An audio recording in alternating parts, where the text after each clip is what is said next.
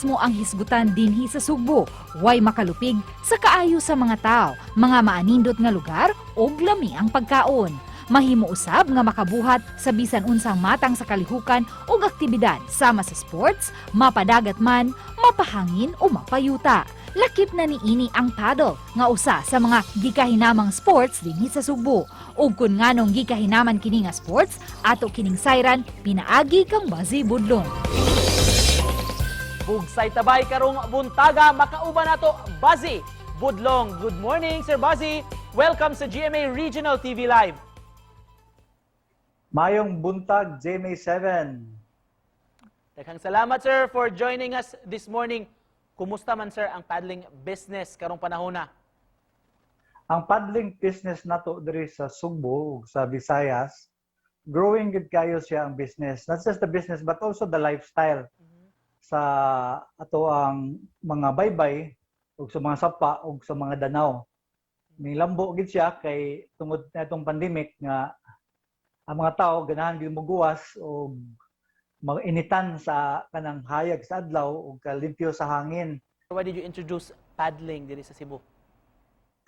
Kaya ang Cebu manggod, ang kung na to ang mapa sa Cebu, Cebu is like a canoe. No, unya kaning Cebu gyud nga isla, ato ang mga ancestors diri sa una pang panahon mga paddlers mangita. Nawagtang lang siyang na sports ba.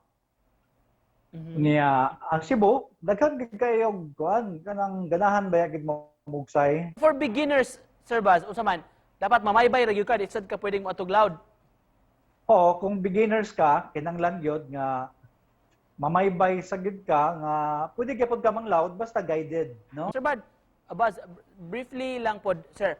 Nganong kanang kumuhisgot tag kasaysayan ang atong ibalik lantaw, sir, ngano man nga murag significant ning paddling kung kinahisgutan sa ato pong kultura? Okay, sa ato agrikultura sa niadtong wala pay taytayan, kung asa ta karon aning sa tunga-tunga sa arkipelago, sa nasod, no? Ang ato mga silinganan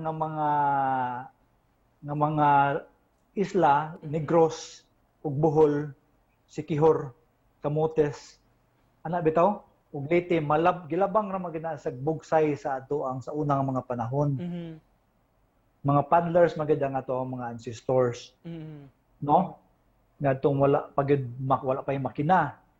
Mamugsaya gid ta ang ato ang mga kaliwat. Sir Baz, briefly lang, let's talk about your kaning record-breaking nimo nga stint na himo pila ka years ago sa imong pagsuroy sa Pilipinas, sir, sa pagpaddle nimo. Pila to ka kilometers? 3,000 plus kilometers? Oh, 3 For how many days, sir? 3,025 kilometers to siya ang ato ang gibugsay niadtong 2009 September unto December 4, no?